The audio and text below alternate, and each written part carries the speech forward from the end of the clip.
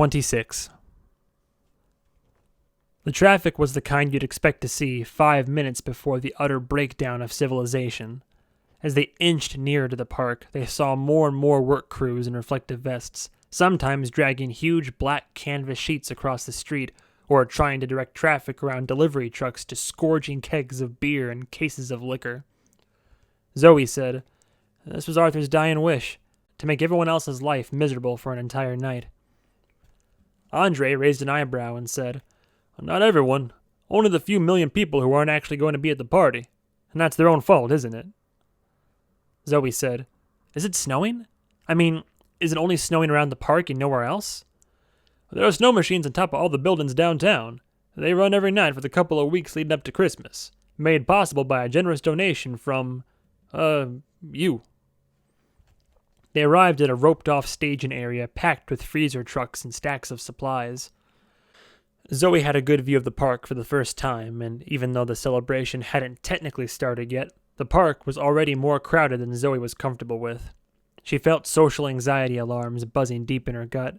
She wondered if she could just hide back here the whole time, maybe make herself a fort out of beer kegs.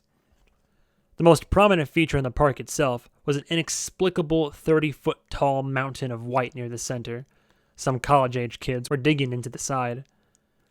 "Beer Mountain," said Andre. 20 tons of chipped ice, 10,000 bottles of beer embedded throughout. Partiers just dig 'em out as the night goes on. Can't tell from here, but it's in the shape of Mount Rushmore. Only all 4 heads are Arthur." Thank God. For a second I thought it was cocaine. Near Beer Mountain was a pink and yellow inflatable castle with a few kids bouncing around inside it. Nearby was the bandstand, now lined with amplifiers and roadies doing a sound check. A flash of firelight caught Zoey's eye, flaring up from a nearby stand that was about 10 feet tall, with a stone fire pot at the top. A staff member was up on a ladder. He punched a button, and with a whoosh, a dozen jets of blue-orange flame roared to life. They flashed and pulsed and danced, creating patterns and designs sculpted out of fire. The pot burped a flaming letter A that vanished into the sky a moment later. Then, the jets re-aimed themselves and a fiery angel appeared, wings outstretched. Satisfied, the man climbed down and moved his ladder to another identical stand nearby. Dozens of these fire pots encircled the park. And then the smell of food hit her. The entire park was ringed in tents with black awnings, trying, and failing, to signify the somber, dignified tone of the event. It didn't help that they bore the yellow Livingston Enterprises logo, which was the letter L superimposed over a cartoon handlebar mustache. One massive tent housed a row of barbecue smokers, a guy flipping racks of ribs covered in a glistening bark of caramelized sugar and sauce. The tent next to it had a flashy sign promising Danish hot dogs and deep-fried lasagna balls. Under the next was a guy sweating over a giant cast-iron cauldron bubbling over an open fire, the man standing on a stepladder and using a boat paddle to stir 75 gallons of chili. Zoey figured by the end of the night, at least a gallon of that would be that man's sweat. Next to him was a stand with a series of festively colored vats, manned by a huge guy with a waxed mustache who was dipping flavored popcorn into liquid nitrogen, cold steam rising as he poured it into red and white striped boxes. "Good, you're here." Zoey was jolted out of her junk food trance by Echo. She and the rest of the suits were suddenly standing in a circle around her. "Welcome to the Arthur Livingston Street Obstruction Festival." Armando said, "Security's in plain clothes, mingling through the crowd. You won't know who they are, but you don't need to. Everyone will be listening in and monitoring your vital signs. If you panic, 4 dozen men with guns will come running. There are spotters on the rooftops there." He started pointing to buildings surrounding the park. "There, and there." Echo said, "You see those fire pots around the perimeter? Those are actually hiding backscatter scanners. Unfortunately, we can't pat down everyone who comes to the party since it's open to the public, and crowds will be drifting in and out. But these will scan in real time for anything, mechanical. We should know within seconds if something tries to slip in." Will said, "Now, never take your eyes off the DQ. It's over there in the southwest corner. See the flowers?" Zoey followed Will's gesture and saw an explosion of color. A dace, that's how you say it, right? A dace straining under flowers piled on top of flowers, wreaths and bouquets and arrangements as tall as a house. At the center of it all was a 10-foot-tall stack of logs, and on top of that, a body in repose. Zoey said, "Wait, is that... I thought there was no body." Will said, "There wasn't. We had a wax replica made. Getting it done on such short notice only cost a mere $30,000. But you need it for the DQ." It was the creepiest thing Zoey had ever seen. "Now, what's DQ stand for again?" Andre said, "You know how you get ice cream from Dairy Queen, and it's always got that little curl at the top? What's the first thing you do when they hand it to you?" "You bite it off." "Right. You can't resist it. Back when we were doing, the job we used to do before this, the DQ was the equivalent of that. Something you knew the enemy would go right for. First thing. See how we got the speakers sitting right there? We're trying to keep the crowd sparse around it. That's why." They were starting to lose her. Zoey thought, "This is just another Saturday afternoon for these people." Will said, "Speaking of which, try to eat something. Do it out somewhere where you're easily visible. And laugh. Make it a point to laugh during conversations, even if they're not funny. And when you're talking to people, put your hands on your hips like you do when you're angry. Yeah, like that. Elbows at a 90-degree angle. Not like you're angry, though, but like you're confident, making yourself bigger. Any questions?" She had so many, but instead she asked, "Where are the bathrooms?" Echo said, "Don't use any of the public toilets. They're disgusting. We have our own, behind the first aid tent. Armando knows where it is." "Good, because I think I'm going to be sick." Zoey walked away from the group, trying to quell the riot that was breaking out in her abdomen. Someone was following her. It was Echo. Zoey stopped and tried to breathe. She asked Echo, "Do you have cats?" "What?" "Do you have any cats as pets? Or are you good with them, I guess is what I'm asking." "I have dogs." "Oh, never mind." "Come on, Zoey, don't fall apart on us. You've handled all this with aplomb so far. We're all impressed." "This is just... it's all hitting me at once. My mom told me one time that everybody thinks they're the star of their own movie, and I don't think I knew what she meant until now, this exact moment, because Arthur thought he was the star, that he would be the hero who would see this whole crazy thing to the end. Then just like that, he was gone, and it's just now hitting me that I'm probably not going to be the star of the story either. I'll be that girl who dies halfway through the movie to give the real hero motivation to beat the bad guy. My movie could end tonight, and that'd be it. Just nothing." Zoey was hyperventilating. She bent over and tried to steady her breathing. Echo kneeled by her. She put a hand on Zoey's elbow and said, "Come on, stand up. Rule 1. We don't let them see us like this." "Who?" "You know what I mean. Look around. Stand up." Zoey stood and nodded. "It's okay. I think I'm okay. Here." Echo pressed a bright blue capsule into Zoey's palm. "What's that?" "Plaxidol. Anti-anxiety. Don't tell anyone." "Where'd you get it?" "My doctor, obviously. I have 2 other prescriptions in my purse if this one doesn't work." Zoey swallowed the pill, along with all of the follow-up questions she had been about to ask. Echo said, "Hey, look at me. This is what he wants. This is what they always want. That's why he told you he was coming. It was all about making you feel like this. Don't give him that. Whatever he does when he arrives, you have control over this part. You all right?" She nodded, let out a breath. "Yeah, let's do this." Zoey ventured out into the rapidly thickening crowd, Armando right behind her. She immediately felt like 1,000 pairs of eyes had all turned toward her at once, then realized that if you factored in Blink, that was probably only a tiny fraction of the real total. She considered going back to get a second pill from Echo. Zoey thought that it was like she had a bullseye on her back, but then she heard the sudden chatter of voices in her earpiece from the rooftop snipers announcing her movement to each other, and realized that she actually had a dozen bullseyes on her back that she knew about.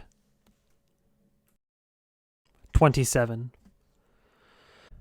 Overload. Rushing flames lashed and danced from the firepots. Perfect girls giggled in tiny dresses and garish wigs. Guys screamed jokes and laughter at each other. A terrible band angrily stabbed power ballads into the night. The buildings overlooking the park were lit up so that they were like the bars on an equalizer, vertical lights pulsing up and down in time with the music. Zoey felt each beat pulse across her throbbing cranium. Oh, and there were ghosts. They had these stupid holograms roaming randomly through the park, depicting a translucent Arthur Livingston doing ghost things, conversing with Gandhi, fist-fighting Hitler, high-fiving Jesus. The projectors were mounted on little remote control buggies that rolled around in the snow to make it look like the ghosts were mingling with the crowd. Stench Machine would have hated it. Then Zoey started noticing these weird little green glowing orbs floating around the crowd, and finally got close enough to realize that it was this glow-in-the-dark ice cream people were eating out of little cups. Even the food here screamed for attention. She was surprised they hadn't modified it to make a loud noise the whole time you were eating it. She was looking forward to seeing one of the drunks spray glow vomit everywhere.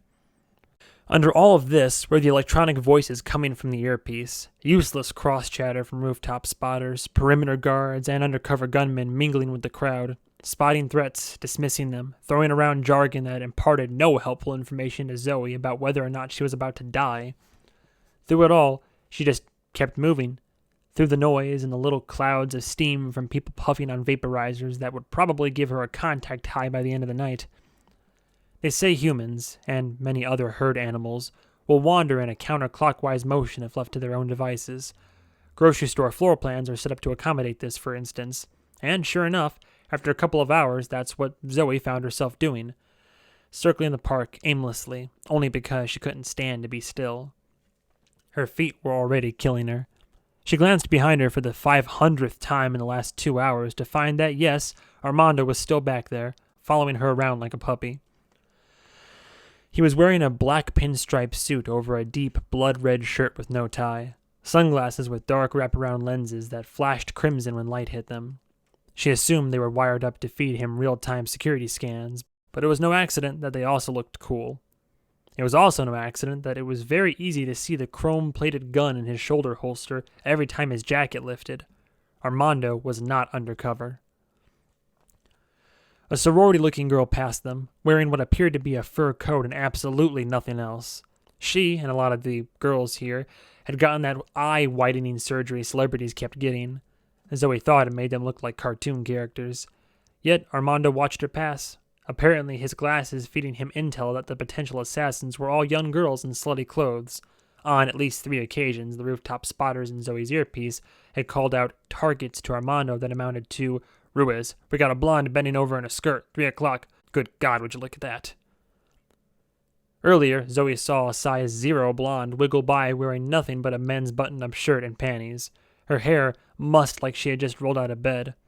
Then, she saw 6 more girls dressed like that over the course of the next hour and realized it was a common party outfit in tabula rasa.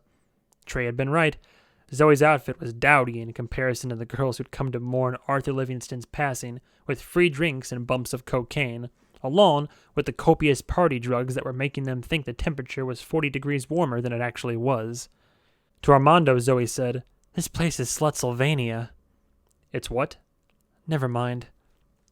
Zoey had noticed that when a particularly spectacular girl sauntered by, Armando would always start doing official bodyguard things, putting his finger in his ear as if to hear commands, putting a hand on Zoey's back as if to guide her through the crowd. In other words, making it very clear to the world that he was not there as Zoey's date. A group of young Korean couples passed. They looked Zoey over, then gestured and laughed. Yeah, that was the other thing. It wasn't until the party started that Zoey suddenly remembered that she was famous. Not the kind of celebrity that draws admiration or autograph requests. Oh no. This was the, "Hey, I saw this person in that crazy story on the news, and isn't it weird that they also exist in real life?" sort of fame. A lot of glances and giggles and nudges, like her existence was one big inside joke. Zoey always felt in crowds like everyone was staring at her, but this time it was true. No one could devise a more exquisite form of psychological torture. But worse than the gawkers were the people who knew about the assassination threat and had come specifically to watch it play out. She could read it on their faces. They were the ones who didn't laugh, but instead had the expression of someone who was watching a movie that was just getting good. They'd point and mutter to one another like, "There, she is the one we're going to see get killed at some point." Like they were attending the world's most elaborate murder mystery dinner theater. But, just as Zoey had decided that those people were the worst, she passed a chubby boy who looked 14 wearing a black Team Molech t-shirt, the logo animated to look like he was on fire. As he passed, he giggled as he shouted, "Say hi to your mom!" "Oh, you've got to be kidding me. Can we kick that kid out?" Armando shrugged it off. "Just him, or all the people wearing those shirts? They're selling them out in the street. I hate this place." Try not to think about it. It isn't real to them. Have you ever met a celebrity you've seen on TV? That first time, it's like you're in a wax museum that's come to life. They just don't seem real. Are there no Team Zoey shirts? I'm sure there must be. Somewhere. Well, at least my cat likes me. If it makes you feel better, they have always done this. People follow Tabula Rasa's gain wars on Blink. They pick sides and track the body counts like keeping score. Whenever there is a shootout, everyone jumps into the feeds and watches in real time, rooting for their side to win.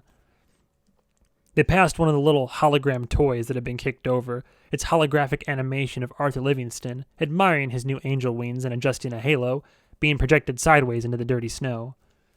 Zoey said, "But shouldn't they all be rooting for me? Aren't I the good guy here?" Armando hesitated, then said, "You have to understand. Arthur was the richest man in the city. Loud, brash, always on the news. And he was a real estate tycoon, meaning he owned a lot of property, and charged a lot in rent, and maybe did not always maintain the buildings to people's satisfaction. So he was a slumlord." Armando shrugged. "No one likes their landlord. Do you like yours?" But in this case, the landlord was also a flamboyant playboy who smoked cigars worth more than some of these people's wardrobes. So on Blink, the narrative frames it as the spoiled rich daughter of a slumlord versus the shirtless alpha males looking to put her in her place. Remember, it's a largely male audience. She spotted Bud, telling an apparently hilarious story to an enthralled group of a dozen men in some kind of military dress uniforms, old army buddies. They ran across Echo near the first aid tent, messing with her phone while ignoring a male modelish guy who was trying to hit on her. She was hoping to find Andre, but he must have been off coordinating security or doing some other suit business she probably didn't want to know about. Will, on the other hand, she found in a somewhat hidden spot back near the dais, where the creepy wax corpse of Arthur Livingston was raised over the flower jungle. He just stood there in the shadows, sipping his drink and watching the crowd flow past. That wasn't a surprise. Zoey had trouble imagining him mingling. Armando muttered to Zoey, "Watch the crowd. As it passes Will, watch." "What do you mean?" Notice how no one comes within 10 feet of him? Everyone gives him a wide berth, scared of bumping his elbow. That, Zoey, is the proverbial black cloud. It was true. The crowd flowed around a spot like he had a force field. At one point, a drunk girl stumbled close to him and her boyfriend grabbed her arm and yanked her away, as if pulling her away from a cliff. Armando said, "The people who are from Tabula Rasa know who he is. The rest get alerts in their glasses, the facial recognition flashing up a warning saying, 'Do not make eye contact with this man.'" Zoey approached Will and said, "You've been hiding back here the whole time?" "I had to oversee the preparations of the, You are a lying fart balloon. You're avoiding the party. Ha! I knew it." "I'm doing no such thing. I don't know why you would think I was, or suspect that deep down I think all these people are leeches." "Armando was showing me how all the people in the crowd steer clear of you. Is it because they're afraid your liver is going to spontaneously combust?" "What?" "I'm making fun of your alcoholism because it's the only thing I know about you." She glanced around at the crowd. "There's got to be like 10,000 people here." Will said, 18,146 inside the backscatter perimeter at this moment. "Right. You know how many people would be at my funeral if I died? Like 4. I'd have to have Stench Machine give my eulogy." Will wasn't listening. He just watched the crowd over her shoulder. Zoey said, "Oh, you know what you forgot to do? Show me how to do the coin trick. That was in Arthur's will." "Later." "There might not be a later." A Chinese man with a shaved head and smiling eyes walked up in a black tunic, with a katana strapped to his back. Zoey barely had time to brace herself for a kung fu sword battle when Armando glanced at him and nodded. "Zoey, this is Wu, my backup. I don't believe you have met him yet. You've always been asleep when he has rotated in." "Oh, I just thought you never slept." Wu said, "Pleased to meet you, Miss Ash." Zoey said to Armando, "Why don't you have a sword?" "Why don't I have a fake sword, you mean?" Wu said, "I assure you the sword is real. This blade is 300 years old. When I brought it, it was covered in blood rust. When I grind the blade, the water in the bucket runs red. Dried blood of men who died on the battlefield centuries ago." Armando rolled his eyes and said, "Wu was born in Oakland, by the way. Remember that when he starts dropping ancient wisdom from the Orient later. The sword is for show. I know for a fact he has never used it." "Of course it is for show, but it is also real. Only a fool would consider those mutually exclusive."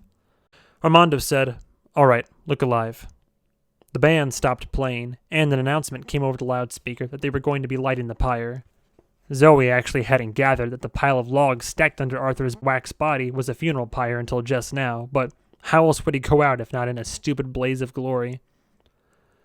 Will and Andre had stepped up onto the dais, joined by a group of people Zoey didn't recognize, presumably Arthur's friends, business associates, and family? Zoey hadn't even thought about it, but if Arthur had a brother, that would mean she had an uncle, and an aunt, and cousins. Weird. Will now had a microphone and asked for quiet. He said, "I would like to say a few words about Arthur Livingston. I would like to, but his will expressly forbids me from giving a eulogy at his service, for fear that it would, quote, bring everyone down. Instead, he only wanted us to impart one final wish on the guests here, and I'm going to hand this off to Andre Knox for reasons that will soon become apparent." He handed the mic to Andre, who was greeted with massive applause. He pulled out a small slip of paper. "Now, I'm going to read Art's exact words, so no one here thinks this is coming from me." He made a show of reading off the slip. "Those of you who listen to these words are in the midst of enjoying free food, drink, and various legal substances at my expense." Huge cheer from the crowd. Andre motioned for quiet, then continued reading. "I only ask that you repay this act of charity in the same way that so many lovely ladies repaid mine, by having sex with someone several notches lower than you on the attractiveness scale." Laughter and hoots from the crowd. Andre gestured for quiet again.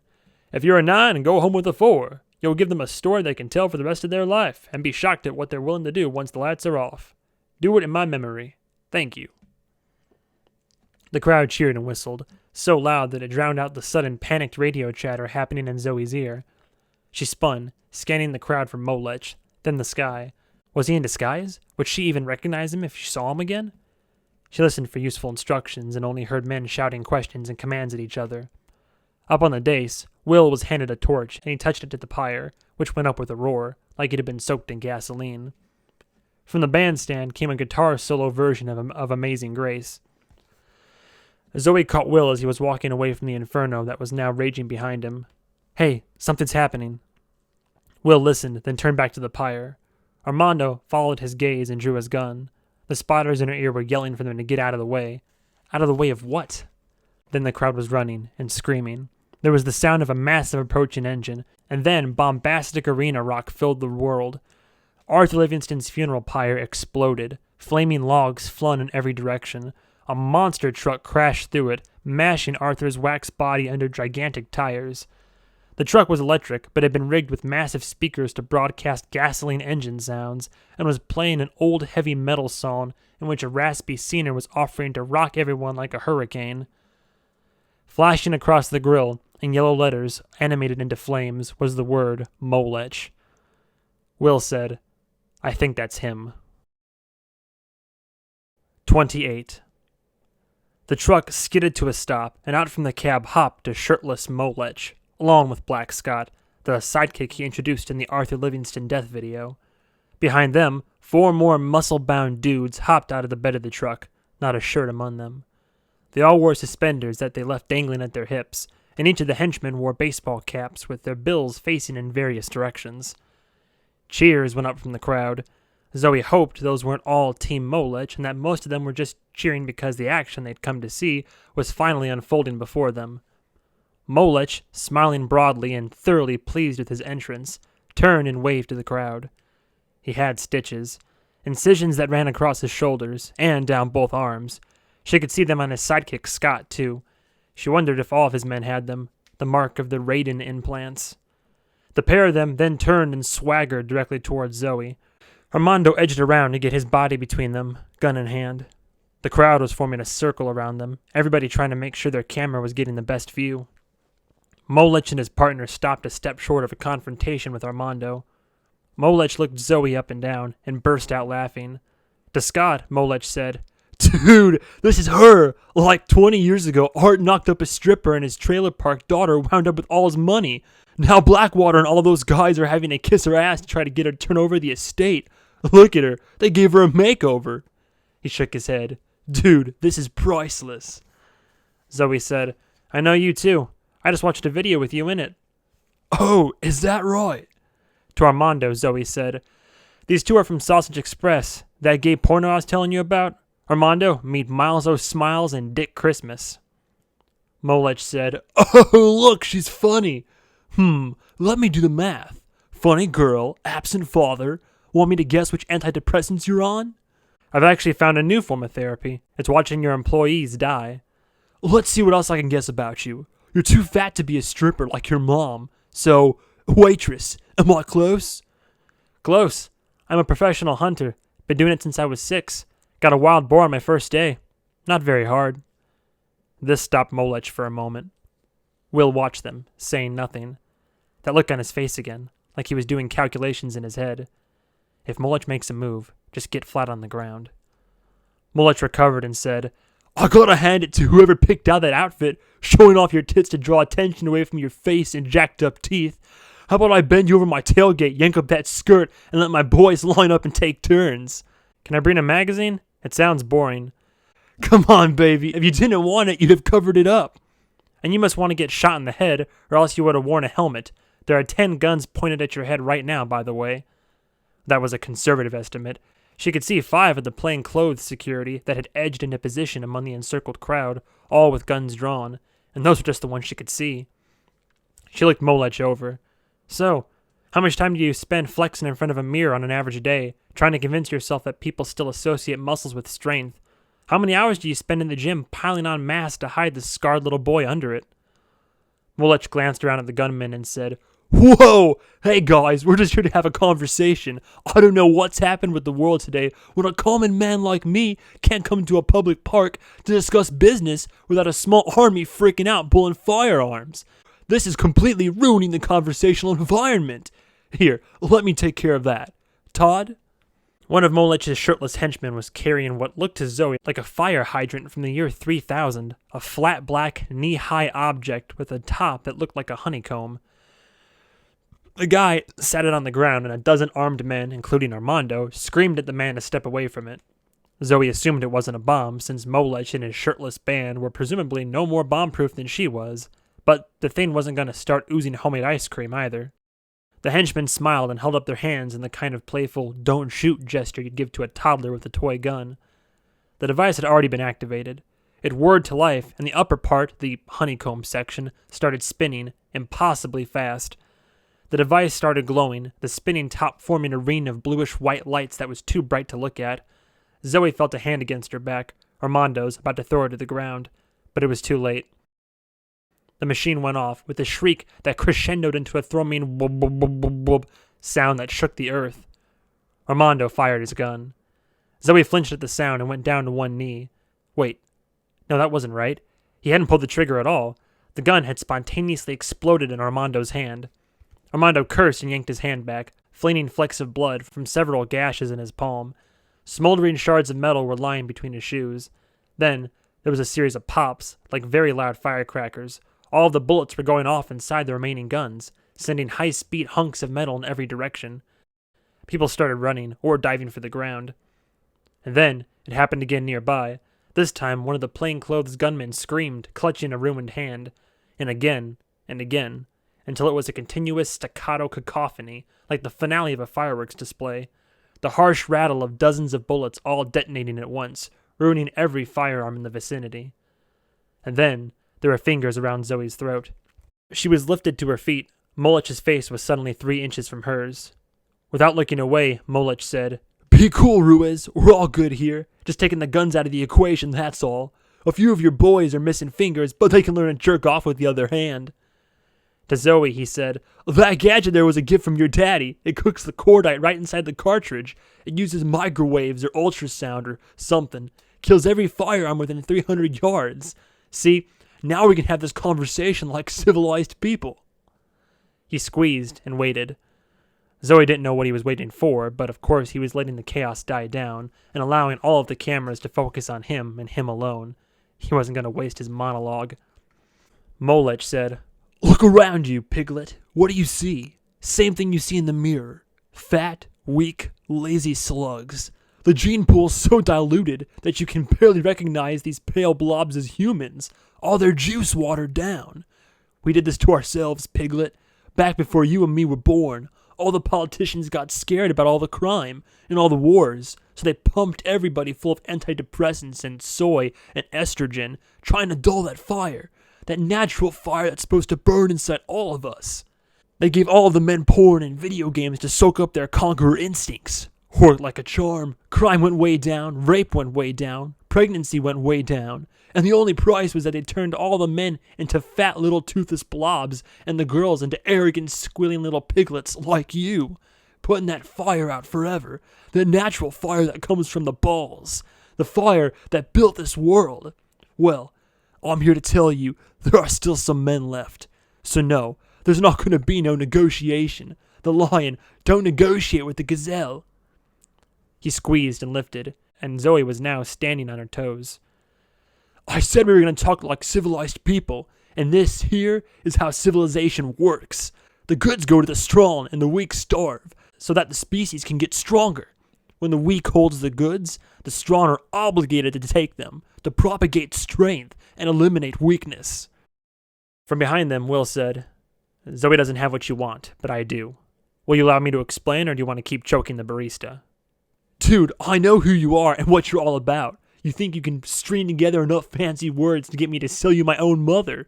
We're done talking. You hand me the gold or you shut your squeal hole. Will said, The gold. You're referring to the software that runs Raiden, correct? The hardware works. The software that manages it does not. Molech smiled. See? Look at all the trouble we had to go through just to arrive at this point. Will said, In programmer slang, the rough code is the beta, and the final working copy is the gold, right? So stop me if I'm wrong, but I'm thinking the gear you got from Scene had the beta code. That's why your minions keep going up like Roman candles when you try to use it. Without the gold code, all this gear is useless to you, right? So here's the part where you tell me you've got the gold in your pocket before I pinch little Zoey's melon off and punt it like a football. I'm not sure you want to do that. This defect, it's common to every device, including the augmentations in your arms. You didn't know that when you got the implants, did you? How many times have you used them? Because the next time you activate those motors, the whole thing could blow. Just like your friend at the train station, and who knows how many hobos you've used as test cases. So now, you've got your supervillain powers all rigged up, but you're playing a game of Russian roulette every time you try to use them. And that's driving you crazy, because you want to play with your toys, don't you? You don't think I'm capable of ripping her windpipe out without the aid of Scene's gadget? Watch me. No need. You're going to get everything you want. The gold, unfortunately, appears to have gone up with the warehouse. The warehouse you blew up. You did blow it up, correct? I don't know what caused that, but it was also awesome as hell. I regret nothing. Anyway, we have a computer genius on our staff named Echo Lean. She built and managed all of Arthur's software. She has been analyzing Scene schematics and code. Says she'll have your stability issues corrected within 1 week. You'll get your gold. Molech barked a laugh. Ha! You think I'm the dumbest asshole in the world, Blackwater? I walk away and you promise to give me what I want in a week. In the meantime, you spend the whole week, what, scheming to take me out? Taking all of Livingston's cash out of the bank and running to South America? Well, of course you'll leave here with collateral. I'm going to suggest you take me as your hostage. Zoey was utterly unable to read Will and had no idea if this was a genuine offer or a con, but Molech made no show of letting her go. Will continued, I'm open to other offers. Andre would be more fun, but also more expensive to feed. Otherwise, you lock me up, and if the team fails to deliver the fix, you can crush my skull and do all of this again. Molech studied Will's face, weighing his options. Finally, he took his hand off of Zoey's throat, but latched it around her right wrist instead. He put her other hand on her elbow, so that he was holding her arm like the handlebars on a bicycle. All right, I'm a reasonable man, like I said, but there's one last thing that needs to be done to make it even. See, your girl here insulted me, right to my face, on top of killing 2 of my men, but it's really the insult that I can't abide. So as a reminder to her, I'm gonna break her arm off at the elbow. Both bones in her forearm will snap, and I'll just twist them like celery. I'll keep the rest of her arm as a memento in a big jar on my mantle. Meanwhile, she'll have a nice long trip to the hospital, or with traffic shut down all the way to Midtown, screaming with her arm a ragged stump, and she'll have that memory to remind her that the days when weakness can insult strength are over. Everybody get your cameras in on this and give me silence. I want you to hear it when the bones snap. Incredibly, everyone in the crowd did go quiet. Zoey tried to pull away so she could go flat and hope that somebody somewhere still had a working gun.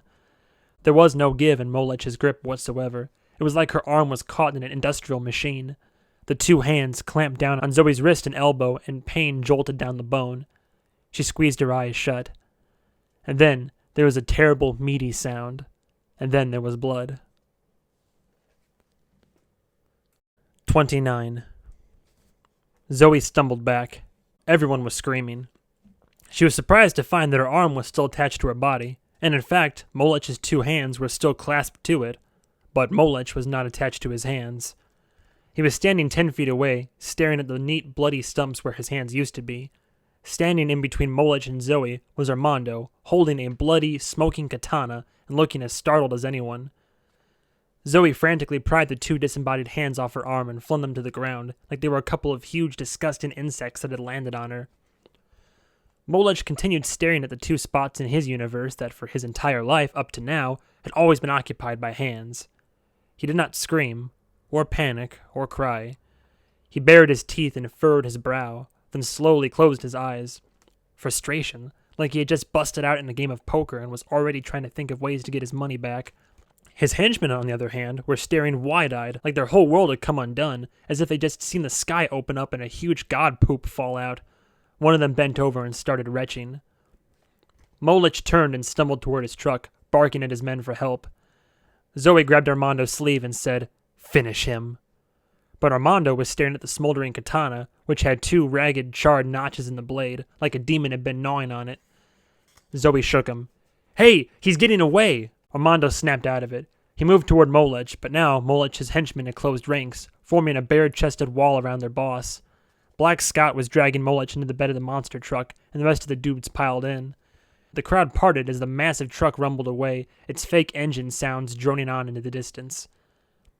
There was stunned silence in the crowd. After all this build-up, the whole thing had played out in less than 5 minutes. Armando put a finger in his ear and said, "Jeff, you there? We need to make sure that truck never gets where it's going, especially if it's going to a hospital."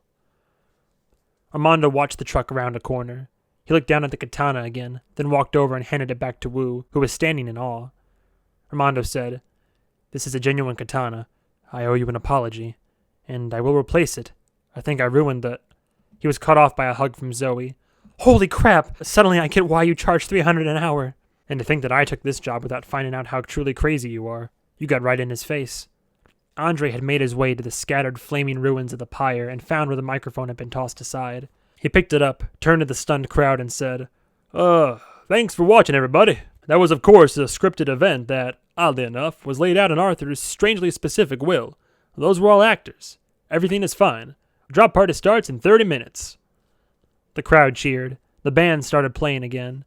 Zoey found Will, who was looking down at the 2 severed hands at his feet, their fingers still twitching in the dirt. She couldn't tell whether he was happy or unhappy with this result.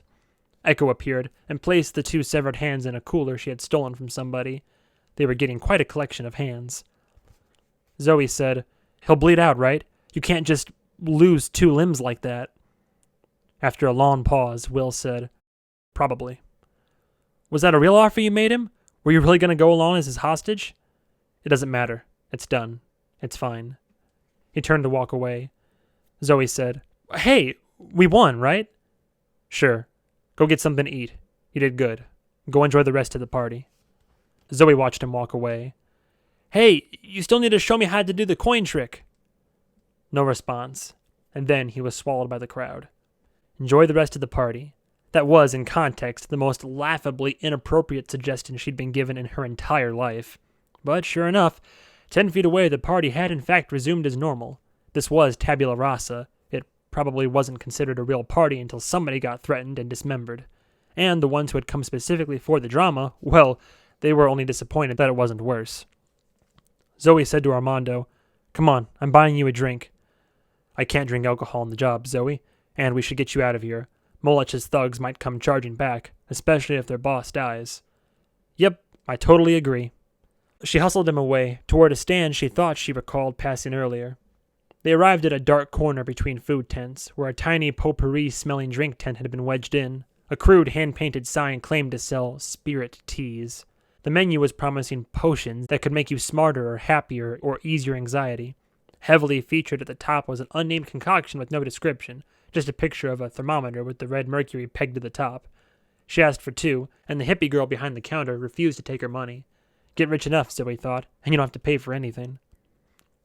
Zoey handed one to Armando and said, "It'll warm you up." "Great, let's go."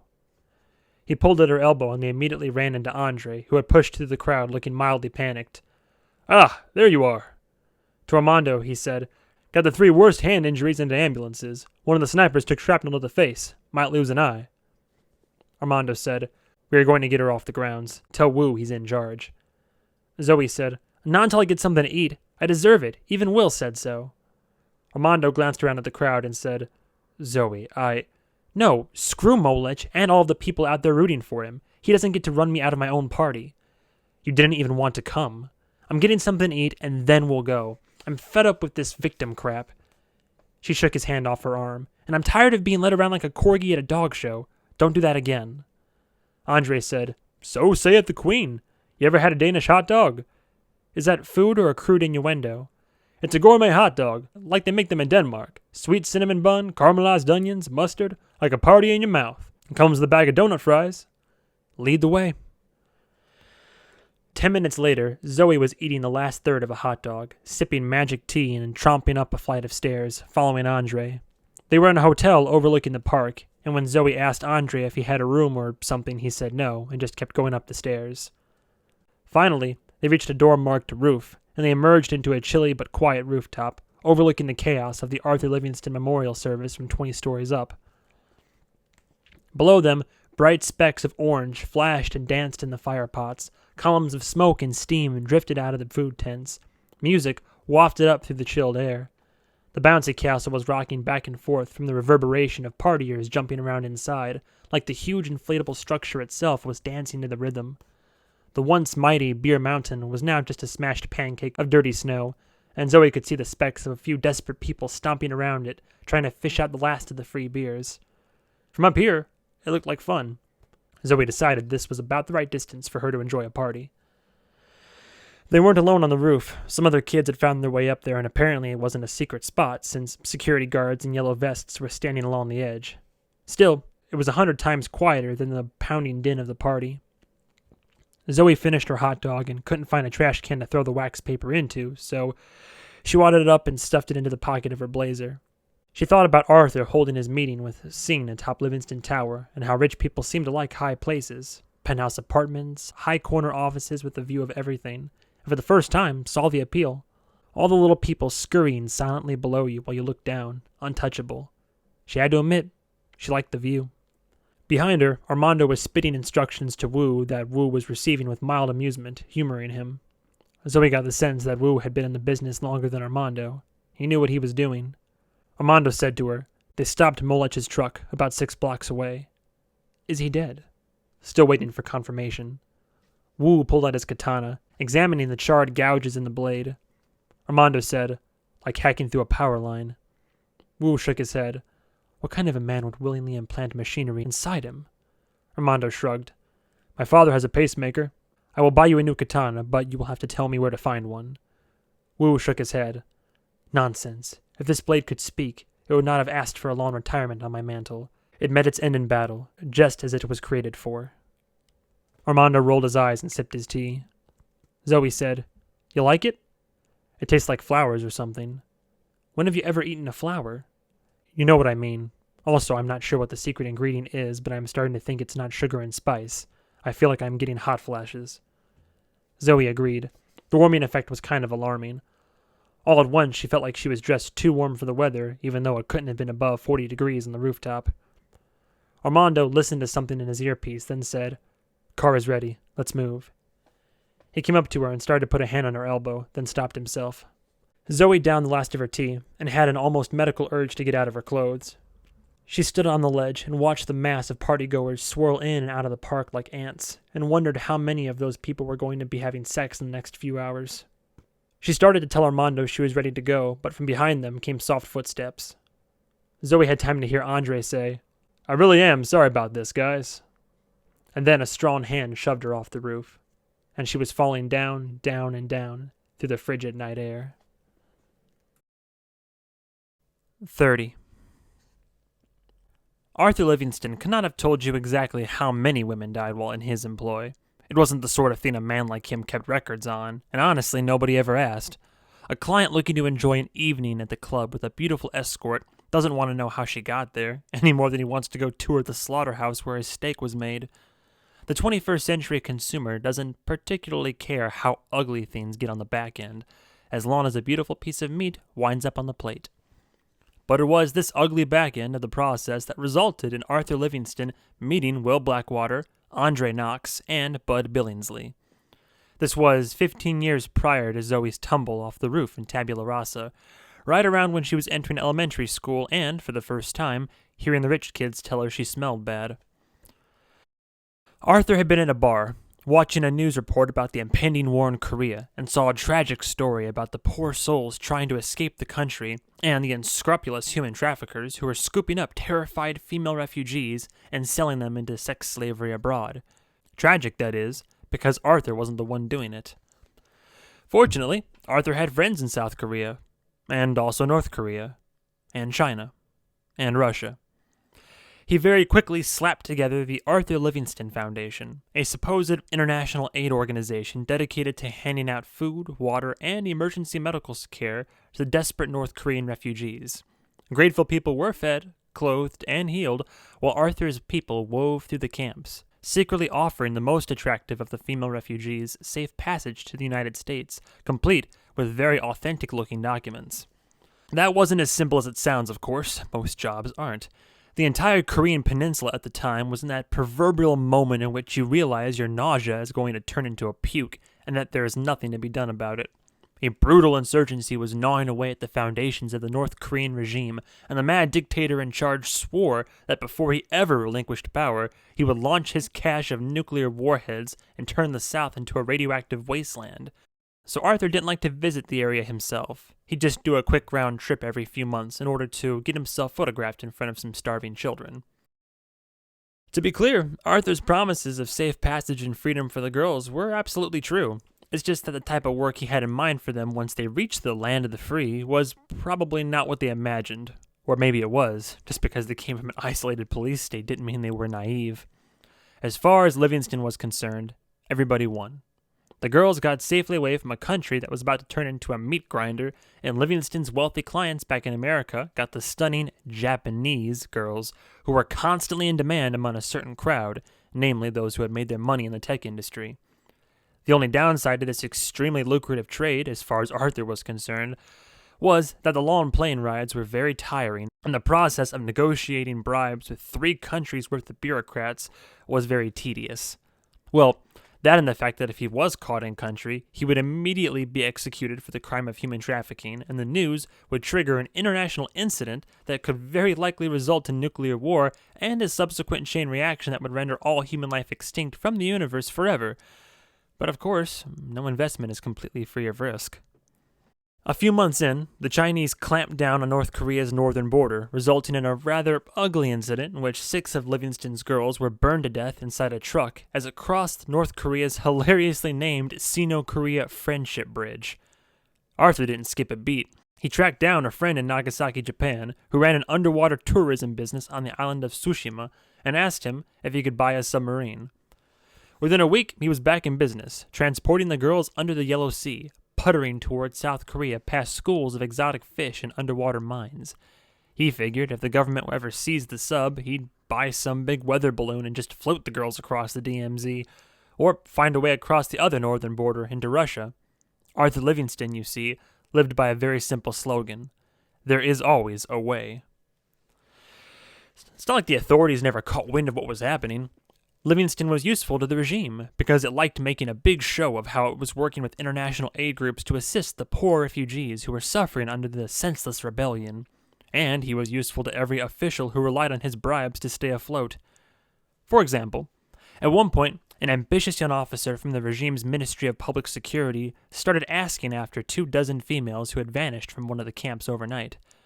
A week later, the man was found in a parking lot having tragically committed suicide by shooting himself in the head 4 times. Arthur didn't shoot the man, or order the man shot. At the time, he was in Utah, pitching investors on the idea of a luxury hotel with an all-nude female staff. Arthur had never personally killed any man, in fact. But as far as he was concerned, if you stood in his way, you made your own choice. The market is a machine. If any man is so foolish as to try to stop the works from turning, he should not be surprised when he gets ground up in its gears. So, it was with great alarm that, on his last ever trip to North Korea, Arthur was snatched out of his hotel in Kaesong and stuffed into the back of a waiting sedan. 3 gruff soldiers drove him out of the city, none giving even the slightest reaction to Arthur's lavish offers of a lifetime of wealth in exchange for simply telling their superiors that he had not been home. Arthur was driven to an airfield that had been blasted into a cratered hellscape by insurgents, the sedan passing between the twisted and charred carcasses of fighter aircraft that never made it off the ground. The car stopped outside a hangar so riddled with bullet holes that it looked like it was coated with poppy seeds, and Arthur was roughly escorted inside. Waiting there, to Arthur's surprise, had been an American man in his 50s. He was not in uniform, but could be tagged as military from half a mile away. His posture, haircut, and jawline would have made him look 100% Marine even if he'd been wearing a dainty sundress. Arthur's Korean escort shoved him forward, and the Marine asked him to wait at the entrance while he and Arthur took a walk. Together they strode into the building, pausing to step over a blackened object that it took Arthur a moment to realize was a charred skeleton, frozen in the position in which the victim had been trying to crawl away from the fire. There was a greasy pool under the skeleton, a dried puddle of melted fat. The Marine said, "Mr. Livingston, it is my understanding that if I need someone moved across the border, you're the man to talk to." "You know my name. What do I call you?" "Call me Randy. I've always liked that name." "Okay, Randy. Am I off base here? You're not supposed to be in this country." "Well, that depends on who you ask, doesn't it? There are 3 Americans being held in Kaesong. We need to get them out."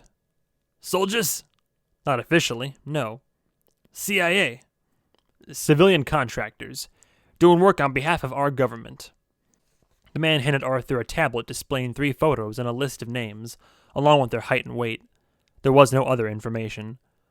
Arthur glanced at it. "On behalf of what branch?" The man didn't answer. Arthur asked, "Well, can I ask what they were doing, at least?" "Preserving freedom and looking out for American interests abroad." Arthur grunted and said, "Well, Blackwater, that's about the fakest name I've heard. You can't let operatives pick their own aliases, Randy. You wind up with a bunch of guys named Max Strawn and Nathan Steele." "The 3 are supposed to be transported to Pyongyang at 0500 hours tomorrow, and then will be publicly executed. We intend to get them out of there before that happens. And that, of course, is what brings you here." "Why do you need me? Just call in an airstrike." "The United States of America is not officially involved in the Korean insurgency in any way, and will not officially get involved until the moment a North Korean soldier, aircraft, or artillery shell crosses the demilitarized zone." "Ah, of course." They had reached the other end of the hangar. Out back, a pillar of black smoke was still billowing from a crater in the pavement, underground fuel tanks that had probably been burning for months. Arthur said, "Well, I have a vessel." "I know, an Olengjin. A glass-bottomed submarine you've dressed up like a fishing boat. Very cute." "Bring your people to the docks, and for a reasonable fee, we'll ferry them down to Incheon or wherever you want them." "I'm afraid it won't be that easy. We have negotiated an exchange under the table with the officer in charge of transporting the prisoners. The 3 of them will be killed in an escape attempt, but the bodies he presents to his superiors will be substitutes. His fee is that he wants his daughter back." "You're saying that like I know who his daughter is. Do I?" 16-year-old girl named Choi. You transported her out of the country 6 months ago." "Oh, well then, at this very moment, she's probably currently in a club in Utah, pretending to be a geisha and laughing at some American salesman's terrible jokes." "So you know where she is, then? We have less than 24 hours. You need to get her on a plane, bring her back here, get her across the border, and back into the hands of her father." "That would be the very father she just risked her life to escape, and the country that's about to be torn apart by war." "It is unfortunate for her to be certain. One of a million unfortunate fates that are going to be met within the borders of this godforsaken patch of land, no doubt." The man glanced around at the carnage of the ruined airfield. "You know, my great-grandfather died here. Truman should have let MacArthur drop the nukes like he wanted. Do we have an arrangement?" "What happens if I say no?" "If you say yes, you will have the gratitude of the United States government, something a man in your position is bound to need between now and the day he is laid to rest." "Interesting how you turned that question around." These three operatives are close colleagues and friends of mine. They've been doing extremely high-risk work in-country for the last year. If I have to stand by and watch them be executed on state-run television because you didn't want to give up one of the pieces of meat you buy and sell like a street vendor doling out kebabs," he shrugged, "you're not officially here. And people disappear from this place on an hourly basis. Your fate will go unrecorded by history." Arthur glanced around at the cavernous ruined building, thin shafts of light slicing down through the bullet holes above them. "Do I even want to know where you're going to get 3 substitute bodies to stand in for your dead prisoners? I forgot to mention, we'll also need you to find us 3 bodies roughly matching the build of the 3 operatives." Jesus. Freedom isn't free, Mr. Livingston. In the end, the choice was no choice at all. Arthur made his phone calls. A lie had gotten the officer's daughter, Choi, onto a private plane in Salt Lake. When she realized where she was going, she started screaming. It took 3 men to restrain her. She tried to get off the plane when it landed to refuel in Los Angeles. She tried again in Tokyo. She talked about what her father had done to her, and what he had promised he would do to her if she ever tried to leave. None of that mattered, of course. The market is a machine, and these are just the noises the gears make when they turn. Meanwhile, Arthur paid a local man to provide him with the 3 stand-in bodies, and he delivered in less than 12 hours. Arthur didn't ask where they came from or whether or not they were alive when the man found them. It was a war zone, and the price of life had dipped into negative territory. Many of the citizens were simply worth more dead. The market is what it is. The attack on the convoy transporting the American hostages occurred right on schedule, though maybe attack shouldn't be in sarcasm quotes, considering that, as far as Arthur could tell, 13 real people had been killed in the assault and 10 more had been maimed. One guy got his legs blown off. Arthur assumed that none of the victims knew that their deaths were intended to be a form of very convincing method acting to carry out a CIA ruse. After all of that, when the deadline for him to set sail arrived, no one showed up at the docks. It would be nearly 5 hours before the 3 American captives showed up to be hustled onto Arthur's submersible fishing vessel. 2 of them with serious wounds that he did not have the equipment on board to tend to. And so, as they sailed away, a gruff Texan named Bud tried to put pressure on a spurting artery that had drenched his left leg, while the blue-eyed Will Blackwater was wearing a shirt doused in his own blood. As the vessel sank under the waves, a strapping young black man with a goatee and big brown eyes watched nervously as the water covered the windows and said, "It's supposed to do that, right?" Will sat next to Arthur at the controls, holding a compass against a freely bleeding head wound, and shook Arthur's hand with fingers that were slick with fresh blood. Arthur stared down at his blood-smeared palm and said, "Pleased to meet you." The man said, "When we get a free moment, I want to know how you managed to pull this off." "You don't want to know." "Yes, I do." Arthur thought for a moment, and tried to tally up the dead bodies and ruined lives that had pried this group loose from the People's Republic of North Korea, and lost count. He surely didn't know about all of them anyway, and it didn't matter. He had a job. That job was going to get done, and that was that. You get sentimental and you might as well walk away. Go sit in a cubicle and run out the clock until you die. Arthur stared into the murky waters churning outside the portal window, wiped off blood onto his $300 slacks, and muttered, "There's always a way." So anyway, no, Arthur couldn't tell you how many of the girls he squirreled away from the Korean peninsula and other parts of the world either never made it to America, or if they did, never made it to old age. Statistically, the moment a woman accepts money for sex, her chances of being murdered shoot up 5,000%. A woman who stays in that line of work has a life expectancy of 34. But, he would say, would any of them have been better off where they were? Whether they were born in Pyongyang or Pennsylvania, they didn't wind up in that life unless they were out of prospects. And Arthur kept them clean and comfortable right up until the day they stopped being profitable. The market is the market, and it's not his fault the market says young women are cheap and plentiful and spoil faster than green bananas. And as for Zoe Ash, well, it simply wasn't all that unusual to find a 22-year-old female dead on the pavement outside some Livingston property. It just didn't happen on this particular day.